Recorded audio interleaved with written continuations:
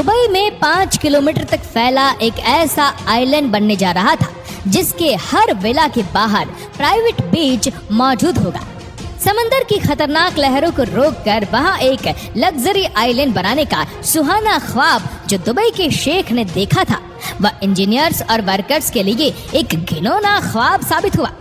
इस वीडियो के part number 1 में आपने देखा कि कैसे दुबई की कोस्ट लाइन जो सिर्फ 70 किलोमीटर पर फैली हुई थी, उसको 124 किलोमीटर तक फैलाने के लिए ये पाम शेप का आइलैंड डिजाइन किया गया। इस पाम शेप के आइलैंड को समंदर की लहरों से बचाने के लिए इंजीनियर्स ने जब एक आउटर वॉल बनाने का फैसला किया तो उसके लिए 99 लाख टन पत्थर अरेंज कहां से किए गए।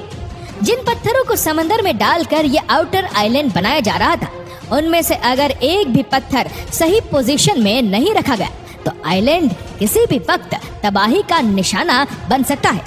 ये चेक करने के लिए डाइवर्स 30 मीटर पानी के नीचे जाते थे और हर एक पत्थर की पोजीशन चेक करके बाहर बैठी टीम को ओके का सिग्नल देते थे। Challenge number 5।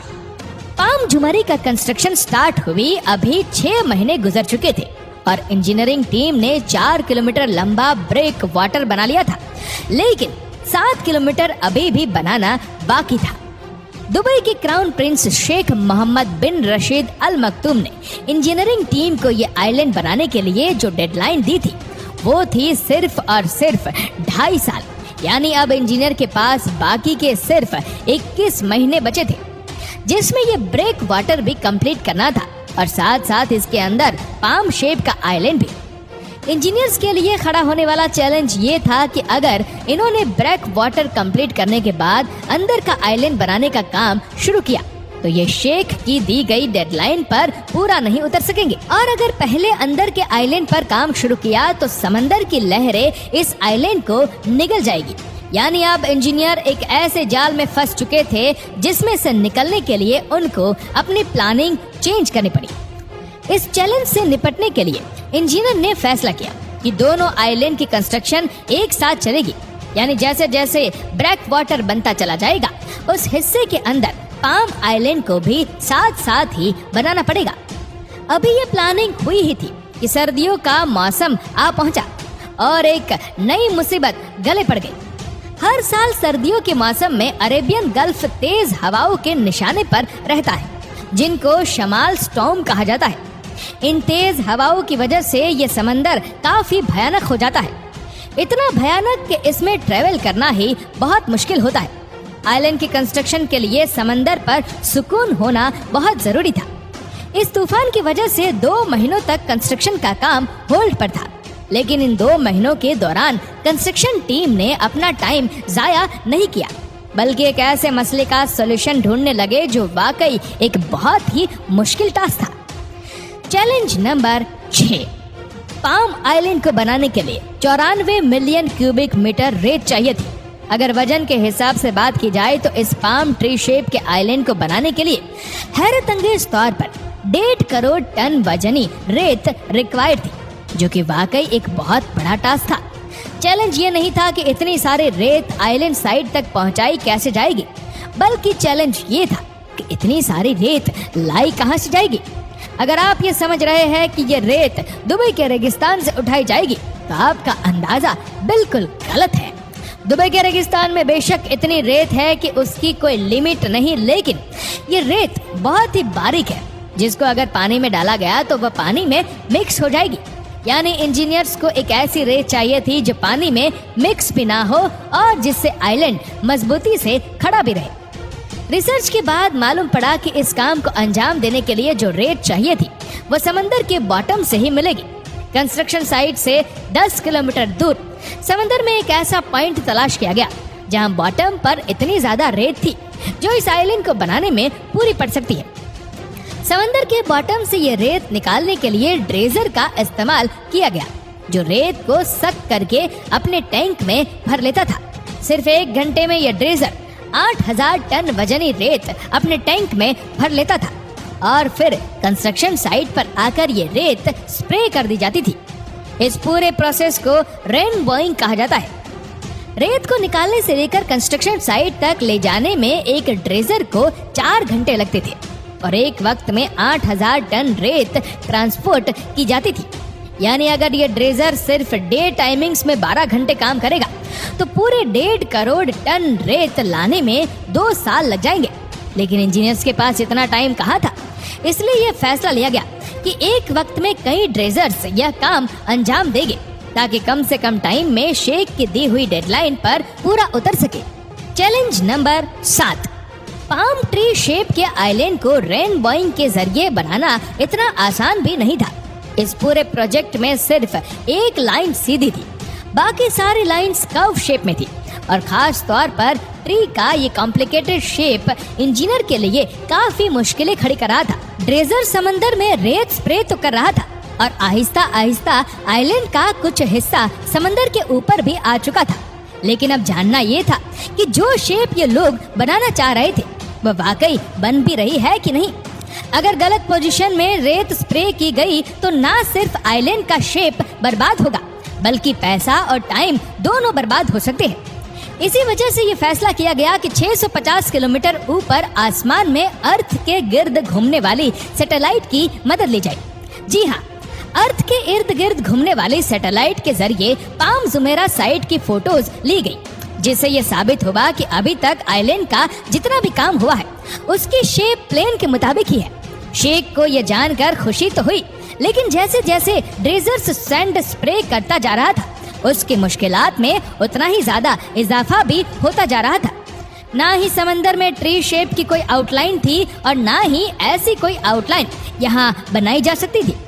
ड्रेजर्स का अंदाजे से समंदर में रेत स्प्रे करके पाम ट्री शेप को मेंटेन रखना काफी ज्यादा मुश्किल हो रहा था। अब इंजीनियर्स को कुछ ऐसा करना था जिससे ड्रेजर्स को पिन पॉइंट एक्यूरेसी पता चल सके और वह फिर वहीं तक रेत स्प्रे करे। इस काम को अंजाम देने के लिए जीपीएस टेक्नोलॉजी का इस्तेमाल किया गया।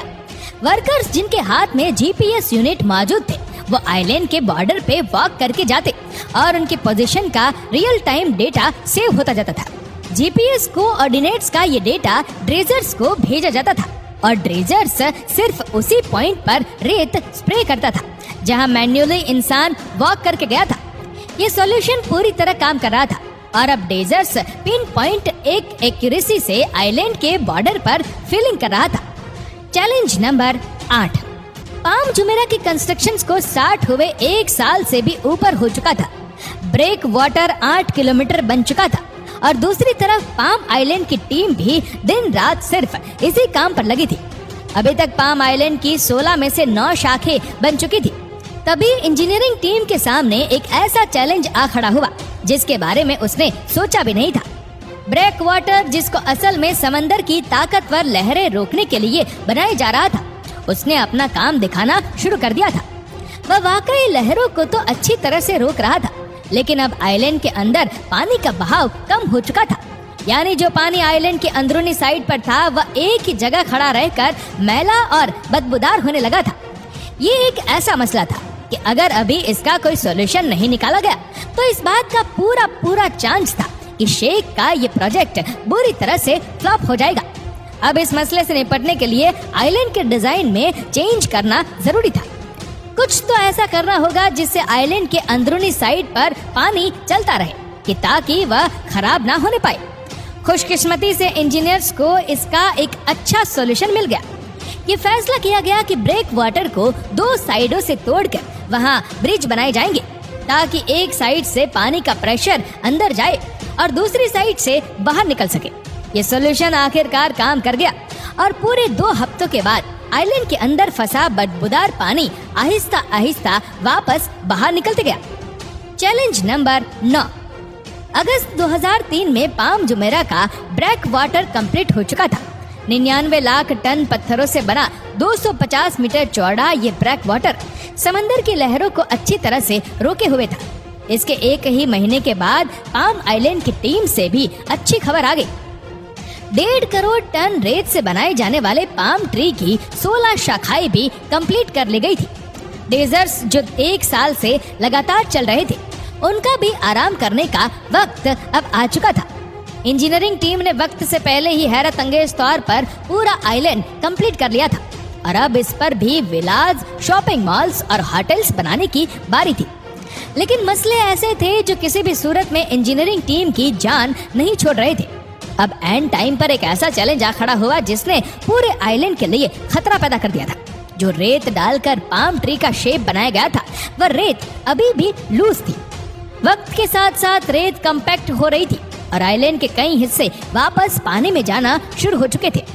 शेख के सपने के मुताबिक इस आइलैंड पर मेटल रोड और हजारों बिल्डिंग बनने थे, लेकिन उसके लिए जरूरी ये था कि आइलैंड की रेत बिल्कुल ठोस हो।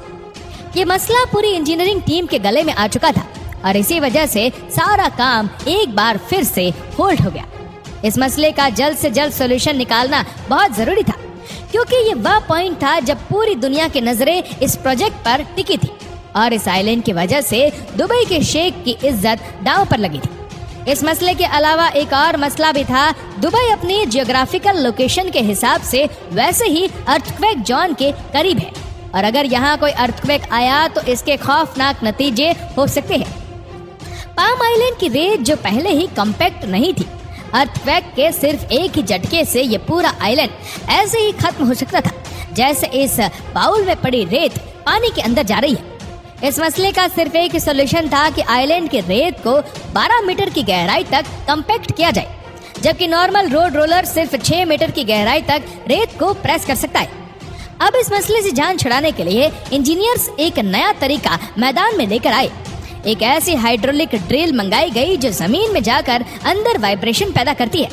इस वाइब्रेशन से रेत के जर्रात कॉम्पैक्ट हो जाते थे और जिस जगह ड्रिल सुराख करती थी वहाँ का हिस्सा फुल सॉलिड हो जाता था। ये एक्सपेरिमेंट पूरी तरह कामयाब हो चुका था, लिहाजा अब इस तरह के 2.5 लाख से भी ज्यादा सुराख करके 5 किलोमीटर तक फैले पूरे पाम आइलैंड को बना लिया गया। जिस आइलैंड को बनाने में 7 साल का वक्त लगना था, 40,000 वर्कर्स की मदद से इसको सिर्फ 3 सालों में ही कंप्लीट करके एक नया वर्ल्ड रिकॉर्ड बना लिया गया। जनवरी 2009 में सारी बिल्डिंग बनाने के बाद पहली बार पाम जुमेरा कंप्लीट किया गया। उन वर्कर्स और इंजीनियर्स को सलाम है जिन्होंने मिलकर हजारों किलोमीटर में फैला एक विशाल पाम जुमेरा आइलैंड बनाया। उम्मीद करते हैं कि वीडियो आपको पसंद आई होगी। आपको ये वीडियो कैसी लगी नीचे कमेंट करके जरूर बताएगा और अगर आपको वीडियो अच्छा लगा हो तो इस वीडियो को लाइक करेगा, शेयर करेगा ज्यादा से ज्यादा लोगों तक और ऐसी ही और भी रोचक जानकारियों के लिए सब्सक्राइब करें हमारे यूट्यूब चैनल को और फेसबुक पर फॉलो करें हमारे पेज को। धन्यवाद।